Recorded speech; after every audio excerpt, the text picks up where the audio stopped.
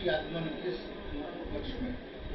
वैसे ही सावन में मैं हर बार आता हूँ। पिछले बार कोविड के कारण नहीं आ पाया था, पर हर सावन में पिछले कई वर्षों से बाबा के दर्शन करने आते हैं। अच्छा हुआ, बहुत अच्छी व्यवस्था थी, बहुत अच्छे से दर्शन हुए।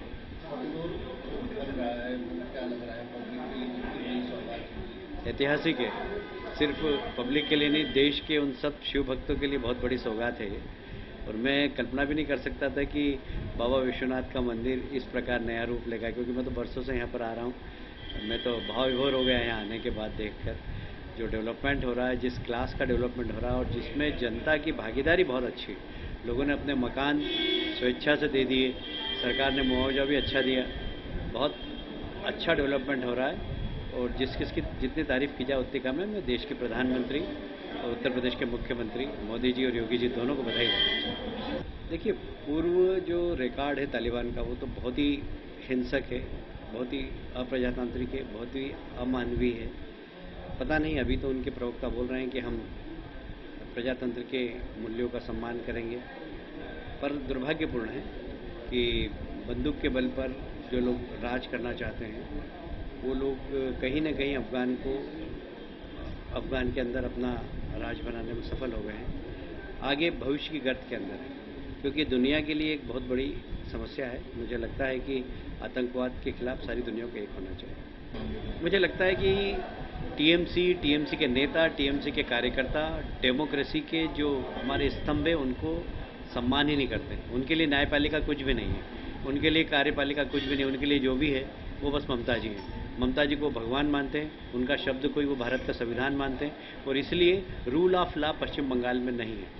मैं समझता हूँ कि इस वर्डिक्ट के आने के बाद पश्चिम बंगाल में जो अराजकता है, जो अप्रजातांत्रिक कार्य हो रहे हैं, जो रूल ऑफ लॉ का अभाव है, मैं समझता हूँ कि रूल ऑफ लॉ पश्चिम बंगाल में लागू होगा, लोगों को न्याय मिलेगा। और विशेषकर जो विपक्ष को कुचलने की कार्रवाई हो रही थी, चुनाव के बाद लगभग 60 से ज़्यादा भारतीय जनता पार्टी के कार्यकर्ताओं की हत्या हो गई।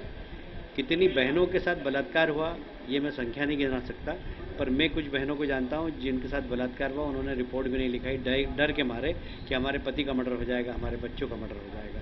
तो वहाँ महिलाओं के साथ बलात्कार, कार्यकर्ताओं के साथ मारपीट, घर में आग लगाना, ये बहुत सामान्य बात थी। जहाँ सीबीआई की जांच के आदेश दिए, वहीं पर एक एसआईटी के गठन का भी उन्होंने निर्देश दिया है। और एसआईटी वर्तमान में बंगाल की स्थिति के बारे में जांच करके और अक्टूबर में हाई कोर्ट को रिपोर्ट देगी। और साथ ही जिन लोगों के साथ टीएमसी के गुंडों ने मारपीट की है, मकानों में आग लगाई है, सरकार को निर्देश दिए हैं कि नियमानुसार सबको मुआवजा दें। एक क्रांतिकारी निर्णय है और हम इस निर्णय का स्वागत करते हैं। पश्चिम बंगाल में इससे डेमोक्रेसी की स्थापना होगी, रूल ऑफ लॉ लागू होगा। सर, लेकिन क्या वो इतने बड़े हो गए कि कोर्ट के आदेश के बावजूद वो कह रहे हैं कि नहीं सरकार की जिम्मेदारी है, क्या कोर्ट का कोई वैल्यू नहीं उनकी नजर में? हाँ, वो लोग कोर्ट को कुछ भी नहीं मानते हैं। वो जो सिर्फ मानते हैं टीएमसी कार्यकर्ता ममता जी को, और उन्हीं को भगवान मानते हैं, उन्हीं का संविधान चलता है वहाँ पर।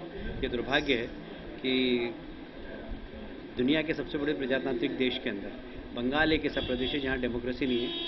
वहाँ के नेता भी डेमोक्रेसी और डेमोक्रेसी के अंतर्गत आने वाली संस्थाओं का सम्मान नहीं करते।